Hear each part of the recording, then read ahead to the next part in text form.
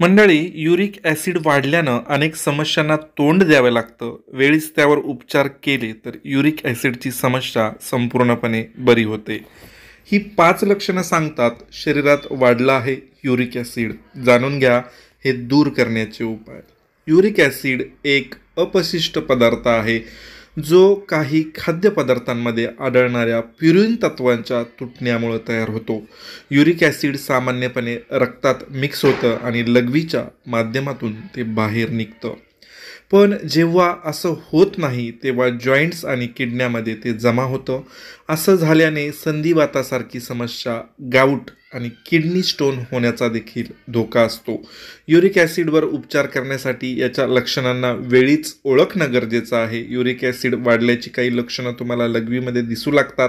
चला तर मग जाणून घेऊया की युरिक ॲसिड वाढल्यावर लघवीत काय लक्षणं दिसतात आणि ते कमी करण्यासाठी काय केलं पाहिजे.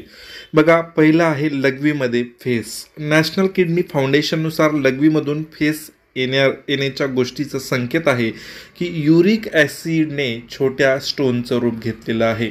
जर यासोबत तुम्हाला डिहायड्रेशनची समस्या असेल तर तुम्ही वेळेत सावध झालं पाहिजे आणि लघवीमध्ये फेस येत असेल तर त्वरित डॉक्टरांना दाखवलं पाहिजे. दुसरं लक्षण आहे किडनी स्टोन होणं. युरिक ॲसिड जेव्हा लघवीसोबत निघत नाही तेव्हा ते क्रिस्टलचं रूप घेतं आणि ज्यामुळे किडनीमध्ये स्टोन तयार होतात, ज्यामुळे गंभीर वेदना, लघवीतून रक्त आणि पुन्हा लघवीच्या मार्गात इन्फेक्शन होऊ शकतं.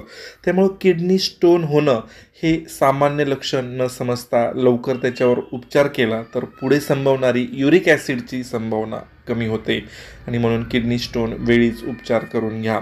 तिसरा आहे गर्द रंगाची लघवी. गर्द किंवा लाल रंगाची लघवी येणं संकेत आहे की तुमच्या किडनीमध्ये सगळं काही ठीकठाक सुरू नाही. यातून हे दिसतं की तुमच्या किडनीमध्ये युरिक ॲसिडशी संबंधित स्टोन बनत आहे किंवा लघवीसंबंधी समस्या एक संभावित लक्षण असू शकतं. आपण म्हणतो की सफेद रंगाची लघवी उत्तम मानली जाते. त्यामुळे रंग बदलला आणि गर्द जर होत असेल तर 100% तुम्ही ते डॉक्टरांना दाखवलं पाहिजे. चौथा आहे पुन्हा पुन्हा लघवी येणं. काही लोकांना लघवी दरम्यान वेदना किंवा अस्वस्थता जाणवते. खास करून किडनीमध्ये स्टोन किंवा लघवीच्या मार्गात अडथळा असणं, पुन्हा पुन्हा लघवीची इच्छा हे एक युरिक ॲसिड संबंधीचं लक्षण असू शकतं. त्यामुळे पुन्हा पुन्हा जर लघवी होत असेल तर त्वरित डॉक्टरांचा सल्ला घ्या.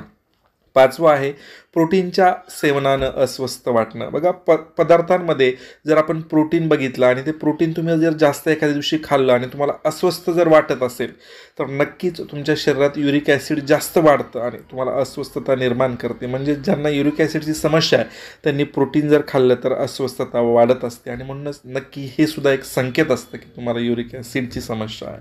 म्हणजे लक्षात ठेवा की योग्य वेळी जर युरिक ॲसिडचं निदान झालं तर युरिक ॲसिडवर संपूर्णपणे मात करता येते आणि ही मात करण्यासाठी आपण ही लक्षणं कोणती आहेत ही जाणून घेतली.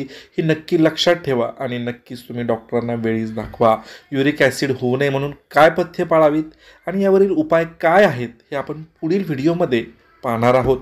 अशाच प्रकारच्या आमच्या व्हिडिओंसाठी ऑल अराउंड आयुर्वेद मराठी या फेसबुक पेजवर अनेक प्रकारचे घरगुती उपाय, आयुर्वेदिक उपाय आपण देत असतो. तेव्हा आमचं ऑल अराउंड आयुर्वेद मराठी हे फेसबुक पेज पाहत राहा, फॉलो करा.